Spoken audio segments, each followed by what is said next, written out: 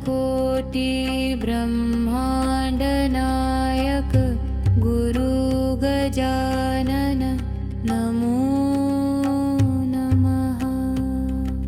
राम कृष्ण हरी मंडळी, आजची कथा ही नुसती एक गोष्ट नाही, तर तो एक अनुभव आहे. तुम्ही कधी विचार केलाय का की ज्याला हे जग वेडं समजतं, ज्याला समाज नाकारतो आणि जो उकिरड्यावरच्या खरकट्या पत्रावळी उचलून खातो, तोच माणूस पुढे जाऊन लाखो लोकांचा देव कसा बनतो? हो मंडळी, आज आपण त्या अज्ञात शक्तीचा शोध घेणार आहोत, जी अचानक प्रगट झाली आणि जिने विज्ञानाचे नियमच बदलून टाकले. ही कथा आहे शेगावच्या त्या अवलियाची, ज्यांचं नाव जरी ओठावर आलं तरी अंगावर काटा उभा राहतो. पण पुढे जाण्याआधी एक छोटीशी विनंती. मंडळी, ही कथा तुमचं नशीब बदलू शकते, त्यामुळे मनापासून या भक्तीच्या प्रवासात सहभागी व्हा. आपल्या पौराणिक मराठी परिवाराला सबस्क्राईब करा आणि बेल आयकन दाबा, कारण इथून पुढे मिळणारा आनंद काही वेगळाच असणार आहे. मंडळी, इतिहासाचं पान उलटून पाहिलं तर ही गोष्ट आहे 7 फेब्रुवारी 1878 सालची. दिवस होता माघ वद्य सप्तमीचा. दुपारची वेळ होती. सूर्य माथ्यावर आला होता आणि शेगावच्या मातीतून उन्हाच्या वाफा निघत होत्या. गावात एक वेगळीच लगबग सुरू होती. गावातील एक श्रीमंत सावकार देवीदास पातुरकर यांच्या घरी मुलाचं लग्न होतं. घरासमोर मोठा मंडप टाकला होता. सनई चौघडे वाजत होते. पंक्तीवर पंक्ती उठत होत्या. हवेत लाडू, जिलेबी आणि सुग्रास अन्नाचा घमघमाट सुटला होता. लोक पोटभर जेवून तृप्त होऊन पानावर हात पुसून बाहेर पडत होते. पण मंडळी, नियतीचा खेळ बघा. जिथे आत पक्वान्नांची रेलचेल होती, तिथेच बाहेर रस्त्याच्या कडेला एक उकिरडा होता. उकिरडा म्हणजे जिथे गावातील लोक जेवणा झाल्यावर आपल्या खरकट्या पत्रावळी फेकून देत असत. तिथे माशा घोंगावत होत्या. मोकाट कुत्री आणि गायी अन्नाच्या शोधात फिरत होत्या. आणि त्याच उकिरड्यावर, त्याच घाणेरड्या जागेवर एक तरुण बसला होता. वय अंदाजे 20-30चं. अंगावर एकही वस्त्र नाही. पूर्णपणे दिगंबर अवस्था. शरीर धूळ माखलेलं, केस विस्कटलेले. कोणालाही बघून वाटावं की हा कोणीतरी वेडा भिकारी आहे, ज्याला जगाचं भान नाही. पण मंडळी, नीट निरखून पाहिलं तर एक गोष्ट खटकत होती. त्याच्या चेहऱ्यावर वेडेपणा नव्हता. त्याच्या चेहऱ्यावर एक तेज होतं. सूर्यासारखी प्रखरता आणि चंद्रासारखी शांतता एकाच वेळी त्याच्या डोळ्यात दिसत होती. तो तरुण काय करत होता? तो त्या उकिरड्यावर पडलेल्या लोकांच्या खरकट्या पत्रावळी उचलत होता. त्यातील उरले सुरले अन्न, ज्याला आपण शिळं किंवा खराब म्हणतो, ते तो अत्यंत वेगाने आणि आवडीने खात होता. साधारण माणसाला हे दृश्य बघून किळस आली असती, उलटी झाली असती. पण तो तरुण ते अन्न अशा तन्मयतेने खात होता, जणू काही त्याला अमृताचा ताट मिळाला आहे. त्याच वेळी रस्त्यावरून 2 सत्प्रवृत्त माणसं जात होती. बंकटलाल अग्रवाल आणि त्यांचे मित्र दामोदर पंत कुलकर्णी. बंकटलालांची नजर त्या तरुणावर पडली आणि त्यांची पावलं तिथेच थबकली. त्यांच्या मनात प्रश्न आला की हा कोण आहे? हा वेडा आहे का? जर हा वेडा असता तर याच्या चेहऱ्यावर इतकं असीम समाधान कसं असतं?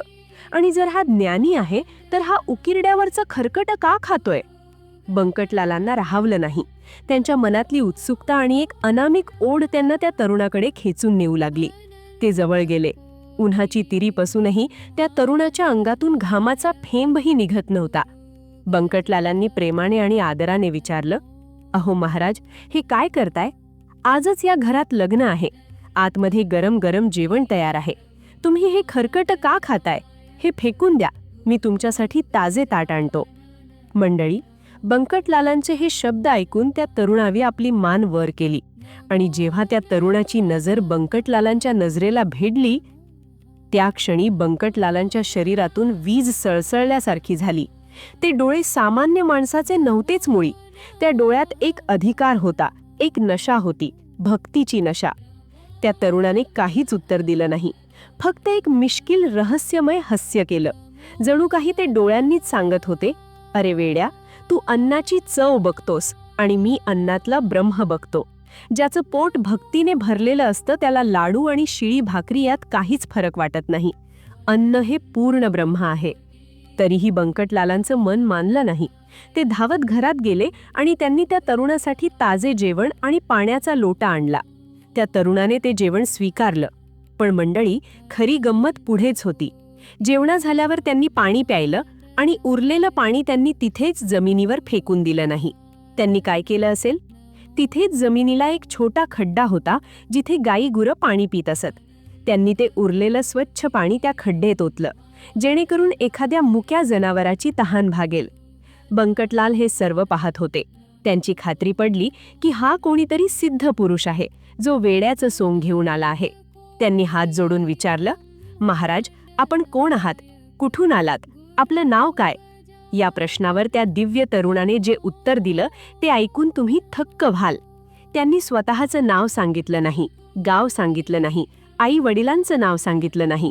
ते फक्त स्वतःशीच एक धून गुणगुणत होते, एक विचित्र आणि गूढ मंत्र. गण गण गणात बोते, गण गण गणात बोते. मंडळी, काय अर्थ होता या शब्दांचा? कोणालाच काही समजेना. काही जाणकार म्हणतात, गण म्हणजे जीव आणि गणात म्हणजे ब्रह्मात, बोते म्हणजे विलीन होणे. माझा हा जीव त्या परमात्म्यात विलीन झाला आहे. आता मी वेगळा उरलोच नाही. हाच तो अद्वैत सिद्धांताचा महामंत्र होता. गावकऱ्यांना त्या मंत्राचा अर्थ कळला नाही, पण त्या शब्दांवरूनच लोकांनी त्यांना नाव दिलं गजानन महाराज. ज्यांनी पुढे जाऊन जगाला आपली ओळख दिली, त्यांची स्वतःची ओळख मात्र शेवटपर्यंत एक रहस्यच राहिली. मंडळी, पण ही तर फक्त सुरुवात होती. त्या उकिरड्यावरच्या भेटीनंतर पुढे काय घडलं? त्या वेड्या तरुणाने निसर्गाचे नियम कसे बदलले? चिली मोडण्यासाठी अग्नी कुठून आणला? आणि मरणाच्या बारात उभ्या असलेल्या माणसाला परत कसं आणलं? हे ऐकून तुमचा श्वास नक्कीच रोखला जाईल. चला तर मग, जास्त वेळ न घालवता पाहूया त्या महायोग्याची पहिली आणि सर्वात भयानक लीला, अग्नी आणि पाण्याचा खेळ. त्या उकिरड्यावरच्या दिव्य दर्शनाने बंकटलालांचे डोळे उघडले होते. त्यांना उमजलं की हे सामान्य व्यक्तिमत्व नाही, तर हे साक्षात चालतं बोलतं परब्रह्म आहे. त्या दिवसापासून महाराजांचा मुक्काम बंकटलालांच्या घरी हल्ला आणि तिथेच भक्तांना त्यांच्या अचाट सामर्थ्याची पहिली प्रचिती आली. मंडळी, बघा ना, सर्वसामान्य माणसाला आग पेटवण्यासाठी काडीपेटी लागते, पण ज्यांची सत्ताच या पंचमहाभूतांवर आहे त्यांना कशाची गरज असणार? अशीच एक दुपार होती.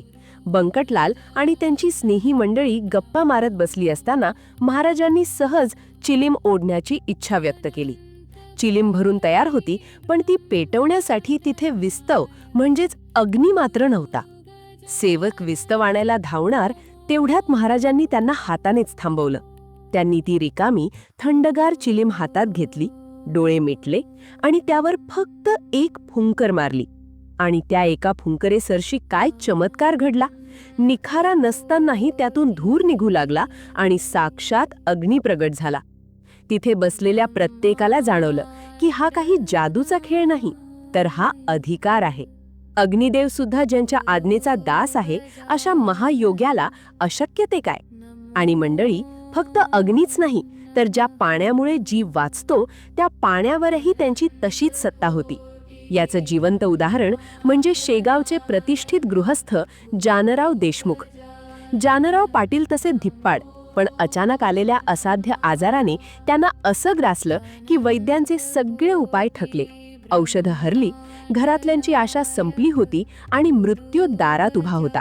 पण म्हणतात ना, जिथे मानवी प्रयत्न संपतात तिथेच ईश्वरी लीला सुरू होते. जानरावांच्या नातेवाईकांनी धावत जाऊन महाराजांच्या चरणी डोकं ठेवलं. त्या आर्त हाकेने पाझर फुटून स्वतः महाराज जानरावांच्या वाड्यात आले. मृत्यूशी झुंज देणाऱ्या जानरावांकडे त्यांनी आपल्या करुणामयी नजरेने पाहिलं. काहीतरी पुटपुटले आणि तिथेच असलेलं साधं पाणी, ज्याला आपण तीर्थ म्हणतो, ते त्यांच्या मुखात घातलं. आणि काय सांगावं, त्या तीर्थाचा स्पर्श होताच जो माणूस काही क्षणांचा सोबती वाटत होता, त्याच्या अंगात नवचैतन्य सळसळू लागलं.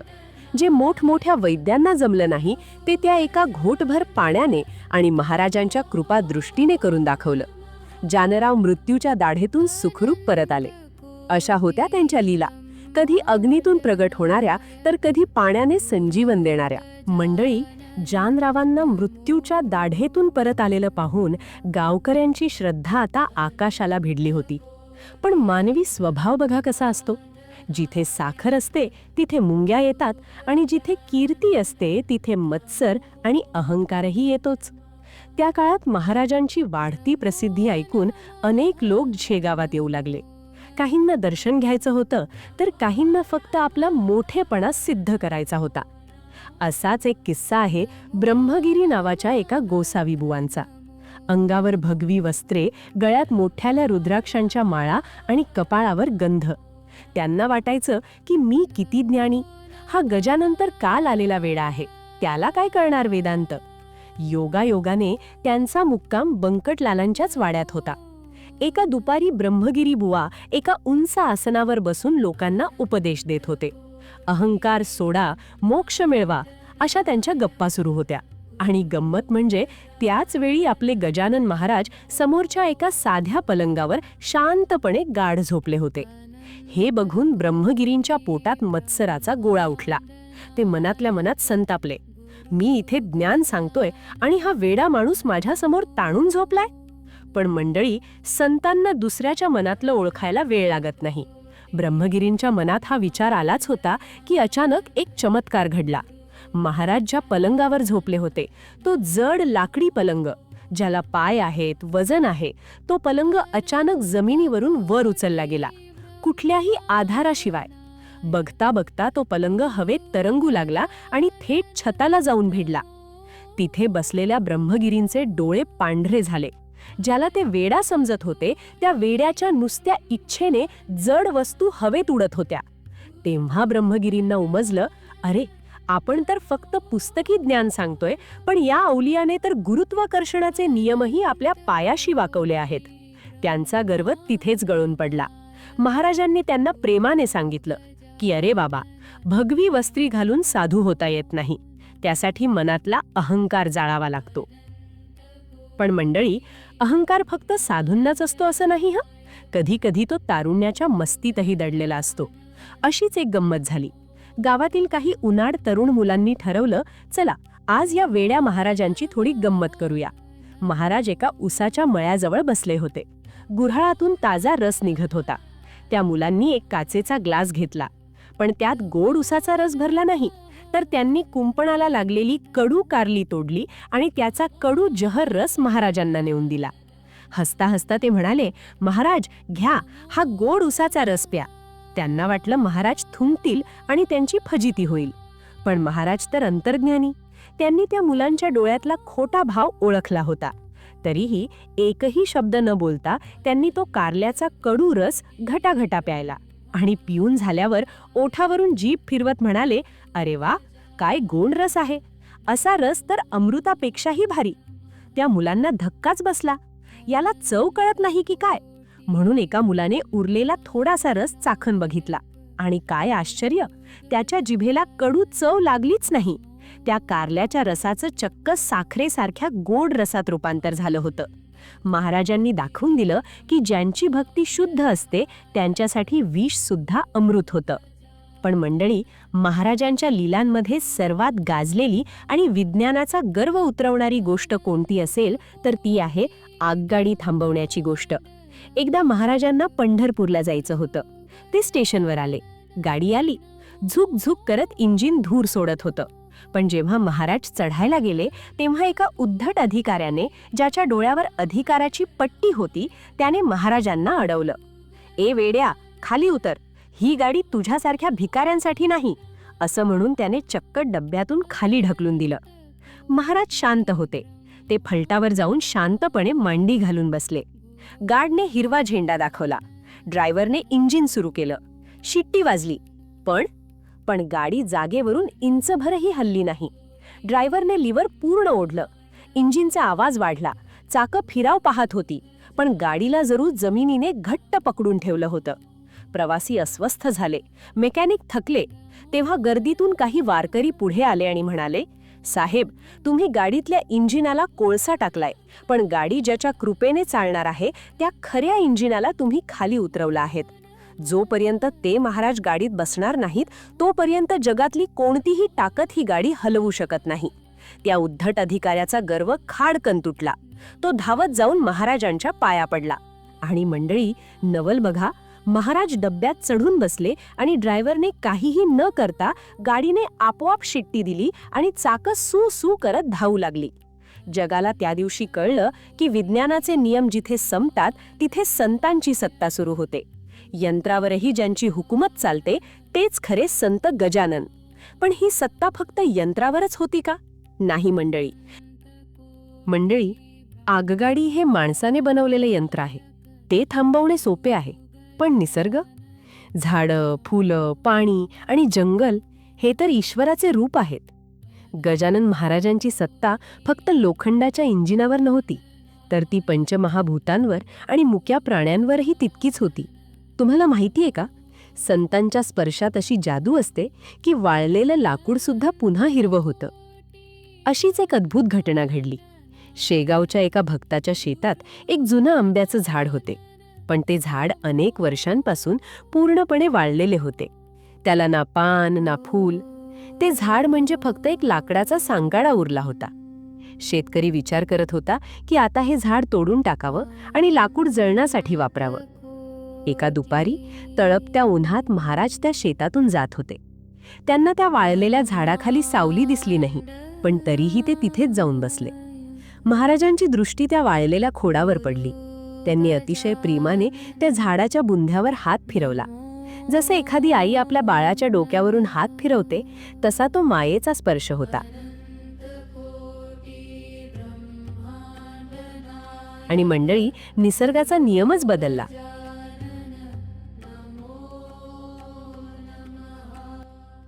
ज्या झाडाला कित्येक वर्ष पालवी फुटली नव्हती त्या झाडाच्या फांद्यांवरून अचानक हिरवे कोंब फुटू लागले. बघता बघता त्या निष्प्राण लाकडाला जीवन मिळालं. शेतकरी डोळे चोळून बघत होता. त्याला विश्वास बसेना. काही क्षणापूर्वी जे झाड मृत होतं ते आता हिरव्यागार पानांनी लदबदलं होतं. आणि फक्त पानच नाही तर त्याला मोहर आला, कैऱ्या लागल्या आणि गोड आंबेही पिकले. हे पाहून गावकरी जयघोष करू लागले. गण गण गणात बोते. ज्यांच्या स्पर्शाने वाळलेल्या लाकडाला पालवी फुटते त्यांच्या सहवासाने माणसाच्या आयुष्याचे नंदनवन झाले नाही तर असेच नवल. पण मंडळी, निसर्गाची ही किमया इथेच थांबली नाही. पाण्यावर तर महाराजांची विशेष कृपा होती. तुम्हाला भास्कर पाटलाची गोष्ट आठवते का? भास्कर पाटील हा एक निष्ठावान वारकरी होता. पण त्याच्या शेतात पाण्याची खूप टंचाई होती. त्याची विहीर पूर्णपणे कोरडी पडली होती. उन्हाळ्याचे दिवस होते. जनावरं तहानीने व्याकुळ झाली होती आणि पिकाची नासाडी होत होती. भास्कर पाटील हताश होऊन विहिरीच्या काठावर बसला होता. त्याच्या डोळ्यात पाणी होतं पण विहिरीत थेंबही नव्हता. तेवढ्यात महाराज तिथे आले. त्यांनी त्या पाटलाचा तो करुण चेहरा पाहिला. महाराज हसले आणि आपल्या गावरान भाषेत म्हणाले, अरे पाटला, रडतोस कशाला? त्या पांडुरंगाचं नाव घे आणि बघ त्या विहिरीत. भास्कर पाटलाला क्षणभर कळेना. विहीर तर रिकामी आहे, त्यात काय बघायचं? पण महाराजांची आज्ञा होती, मनात श्रद्धा होती. त्याने विठ्ठल विठ्ठल म्हणत विहिरीत वाकून बघितलं आणि मंडळी, काय सांगू तुम्हाला, त्या खडकाळ जमिनीतून जिथे पाण्याचा लवलेश नव्हता तिथे अचानक एक जिवंत झरा फुटला. खळाळत पाणी वर येऊ लागलं. बघता बघता ती 12 वर्षांची कोरडी विहीर निळ्या शार पाण्याने काठोकाठ भरली. हे पाणी साधं पाणी नव्हतं, तर ते भक्तीचं आणि कृपेचं पाणी होतं. या घटनेने सिद्ध केलं की जर तुमची हाक खरी असेल तर निसर्गही संतांच्या शब्दाखातर आपला धर्म बदलतो. दगडातूनही गंगा प्रगट होते. पण मंडळी, महाराजांची लीला फक्त झाडा पाण्यापुरती मर्यादित नव्हती. त्यांची माया जंगलातील हिंस्त्र श्वादपांवरही होती. तुम्ही वाघाच्या गोष्टी ऐकल्या असतील, पण गजानन महाराजांचा वाघ हा काही वेगळाच होता. ही गोष्ट आहे पितांबर महाराजांची, जे गजानन महाराजांचे परम भक्त होते. एकदा काय झालं, पितांबर महाराज प्रवासाला निघाले असताना वाट चुकले आणि एका घनदाट भयान जंगलात हरवले. रात्र झाली होती. काळोख गुडूप होता. जंगलातून विचित्र आवाजे येत होते. रातकिड्यांची किरकिर आणि लांबून कुठेतरी कोल्ह्यांची रडणं. पितांबर महाराज खूप घाबरले. त्यांना वाटलं की आज आपली काही खैर नाही. आज आपण नक्कीच एखाद्या प्राण्याचं भक्ष्य होणार. त्यांनी मनापासून गजानन महाराजांचा दावा केला. डोळे मिटले आणि हात जोडून म्हणाले, हे गजानन माऊली, आता तूच धाव. आता तूच माझा वाली आहेस. आणि काय सांगावं मंडळी, त्याच क्षणी झाडांच्या आडून 2 चमकणारे डोळे दिसले. एक धिप्पाड पट्टेदार वाघ तिथे चालत आला. पितांबर महाराजांची गाळण उडाली, पाय लटपटायला लागले. आता हा वाघ आपल्यावर झडप घालणार. पण नवल घडलं. तो वाघ त्यांच्यावर चालून करून आला नाही, तो गुरगुरला नाही. उलट तो वाघ त्यांच्या समोर आला आणि एका पायीव मांजरासारखा शांत उभा राहिला. त्याने आपली शेपटी हलवली आणि मान वळवून पुढे जाण्याचा इशारा केला. पितांबर महाराजांना विश्वास बसेना. हा वाघ रस्ता अडवण्याला नाही, तर रस्ता दाखवण्याला आला होता. ते त्या वाघाच्या मागे मागे चालू लागले. त्या वाघाने त्यांना जंगलातून सुखरूप बाहेर काढलं आणि गावाच्या वेशीवर सोडून तो वाघ नाहीसा झाला. नंतर जेव्हा पितांबर महाराज शेगावला आले, तेव्हा गजानन महाराज गालातल्या गालात हसून त्यांना म्हणाले, काय रे पितांबरा, त्या जंगलात वाघाने तुला रस्ता दाखवला ना? तेव्हा पितांबर महाराजांच्या डोळ्यातून अश्रू वाहू लागले. त्यांना कळलं की तो वाघ दुसरा तिसरा कोणी नसून साक्षात माझे सद्गुरू होते. म्हणूनच म्हणतात मंडळी, ज्याच्या पाठीशी गजानन महाराज आहेत त्याला वाघाची काय, साक्षात काळाचीही भीती नसते. अशा या महापुरुषाच्या लीला ऐकून मन भरून येतं ना. पण मंडळी, ज्या देहाने इतके चमत्कार केले त्या देहाचा प्रवास आता संपत आला होता. ऋषी पंचमीचा दिवस जवळ येत होता आणि महाराजांनी आपल्या भक्तांना एक शेवटचा आणि सर्वात मोठा धक्का दिला. तो दिवस कोणता होता आणि महाराजांनी जाताना आपल्याला काय वचन दिलं, हे ऐकून तुमचे डोळे नक्कीच पाणावतील. चला पाहूया पुढच्या आणि अंतिम भागात, संजीवन समाधी आणि अनंत वचन. मंडळी, ज्यांच्या एका शब्दाखातर वाळलेल्या झाडाला पालवी फुटली आणि ज्यांच्या इशाऱ्यावर जंगलातल्या हिंस्त्र वाघानेही मान झुकवली, त्या महायोग्याच्या देहप्रवासाचा आता अंतिम टप्पा जवळ येत होता. काळाचा नियम आहे, ज्याला सुरुवात आहे त्याला शेवटही आहेच, आणि देहधारी संतांनाही हा नियम पाळावा लागतो. ते साल होतं 1910. श्रावण महिना संपला होता आणि भाद्रपद महिना उजाडला होता. गणेश चतुर्थीचा उत्सव नुकताच पार पडला होता. पण महाराजांच्या वागण्यात आता एक वेगळाच बदल जाणवू लागला होता. ते भक्तांकडे बघून एक गूढ अर्थाने हसत होते. जणू काही ते सांगत होते, आता आमची वेळ झाली आहे. ती तारीख होती 8 सप्टेंबर 1910. दिवस होता ऋषी पंचमीचा.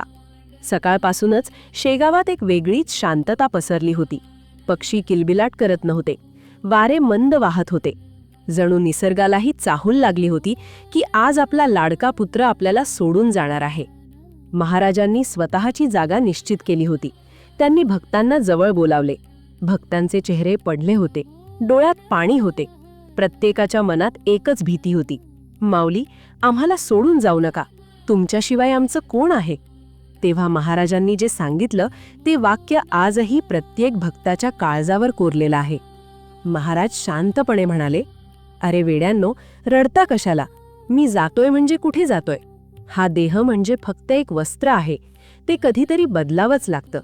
पण मी गेलो तरी मी इथेच आहे. आणि मग त्यांनी ते अजराबर वचन दिलं, मी गेलो ऐसे मानू नका, भक्तीत अंतर करू नका, कदा मजलागी विसरू नका, मी आहे येथेच. या शब्दांचा अर्थ किती खोल आहे बघा मंडळी. ते म्हणत होते की माझे शरीर दिसेल किंवा न दिसेल, पण जो कोणी श्रद्धेने मला हाक मारेल त्याच्यासाठी मी त्याच क्षणी हजर असेन. वेळ जवळ आली. महाराजांनी पद्मासन घातलं, पाठीचा कणा ताठ केला, डोळे मिटले. त्यांनी आपला प्राण रोखून धरला.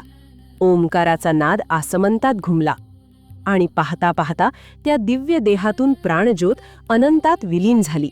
आकाशातून जणू देवाने पुष्पवृष्टी केली. हजारो भक्त ओक्साबोक्षी रडू लागले. पण त्याच वेळी एक गोष्ट सर्वांना जाणवली, महाराज गेले नाहीत. कारण समाधी घेतल्यानंतरही त्यांच्या चेहऱ्यावर तेच तेज, तीच शांती आणि तेच हास्य होतं जे जिवंतपणी होतं. देह शांत झाला होता, पण चैतन्य मात्र अनंत काळासाठी तिथेच स्थिर झालं होतं. मंडळी, आजही तुम्ही शेगावला जा. तिथे गेल्यावर तुम्हाला वाटतं का की तुम्ही एखाद्या समाधीस्थळी आला आहात? नाही, तिथे गेल्यावर असं वाटतं की आपण एका जिवंत दरबारात आलो आहोत. तिथे गेल्यावर आजही तोच अनुभव येतो. समाधी मंदिरात पाऊल टाकताच अंगावर काटा येतो आणि मनातली सगळी दुःखे कुठल्या कुठे पळून जातात. असं वाटतं की महाराज तिथेच गादीवर बसले आहेत आणि आपल्याकडे बघून मिश्किल हसत आहेत. आज 108 वर्षांहून अधिक काळ लोटला पण आजही लाखांच्या संख्येने भक्त तिथे जातात. का? कारण आजही तिथे साक्षात अनुभव येतो.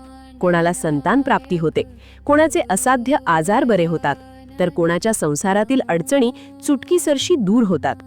रिकामा माणूस तिथे जातो आणि भरलेलं मन घेऊन परत येतो. गजानन महाराज हे फक्त एक संत नाहीत, तर ते एक चालतं बोलतं दैवत आहेत. त्यांची शिकवण अगदी साधी होती. 1. अन्नदान करा, कारण भुकेल्याच्या पोटात देव असतो. 2. मुक्या प्राण्यांवर दया करा, कारण त्यांच्यातही जीव असतो. 3. अहंकाराचा त्याग करा, कारण जिथे मी असतो तिथे तो म्हणजे देव नसतो. आणि 4. सतत ईश्वराचे नामस्मरण करा. कोणता मंत्र? तोच मंत्र जो त्यांनी पहिल्या दिवशी उकिरड्यावर बसून दिला. गण गण गणात बोते. हा मंत्र साधा नाही मंडळी. हा मंत्र तुमचे विचार बदलू शकतो, तुमचे नशीब बदलू शकतो. जोपर्यंत आकाशात चंद्र सूर्य आहेत तोपर्यंत गजानन महाराजांची कीर्ती अशीच दिगंत राहील. आणि जोपर्यंत शेगावात ती समाधी आहे तोपर्यंत आपल्यासारख्या सामान्य माणसाला घाबरण्याचं काहीच कारण नाही, कारण आपली माऊली आपल्या पाठीशी खंबीर उभी आहे. भक्तांनो, आज आपण ऐकलेली ही कथा नव्हती, तो गजानन महाराजांचा एक अनुभव होता. जर हा व्हिडिओ बघताना एखादा प्रसंग ऐकताना तुमच्या अंगावर काटा आला असेल किंवा डोळ्याच्या कोपऱ्यात पाणी आलं असेल तर समजून जा की साक्षात गजानन महाराजांचा आशीर्वाद आज तुमच्यापर्यंत पोहोचला आहे. माझी तुम्हाला एकच विनंती आहे. महाराजांनी कधीही सोन्याचा मुकुट मागितला नाही की दुधाचा अभिषेक मागितला नाही. त्यांनी मागितली ती फक्त शुद्ध भक्ती. एक भाकरी आणि कांद्याचा तुकडा देऊनही ते प्रसन्न होतात. गरज आहे ती बंकटलालांसारख्या दृष्टीची, ज्याला उकिरड्यावरच्या वेड्यातही विश्वंभर दिसला. गरज आहे ती जानरावांसारख्या विश्वासाची, ज्याने मृत्यूलाही परतवून लावले. जर तुम्हाला ही कथा मनापासून आवडली असेल तर ती आपल्यापुरती ठेवू नका. आपल्या मित्रमैत्रिणींना, नातेवाईकांना आणि व्हॉट्सॲप ग्रुपवर नक्की शेअर करा, कारण चांगली गोष्ट पसरवणे ही सुद्धा एक सेवाच आहे. आणि हो, अशाच सुंदर आध्यात्मिक आणि मनाला शांती देणाऱ्या कथा ऐकण्यासाठी आपल्या पौराणिक मराठी चॅनलला आत्ताच सबस्क्राईब करा. तुमची हजेरी लावण्यासाठी कमेंट बॉक्समध्ये गण गण गणात बोते किंवा जय गजानन नक्की लिहा. तुमच्या कमेंट्स वाचून आम्हाला खूप आनंद होतो. पुन्हा भेटूया पुढच्या कथेत एका नवीन विषयासोबत. तोपर्यंत काळजी घ्या, आनंदी रहा आणि बोलत रहा. श्री गजानन, जय गजानन.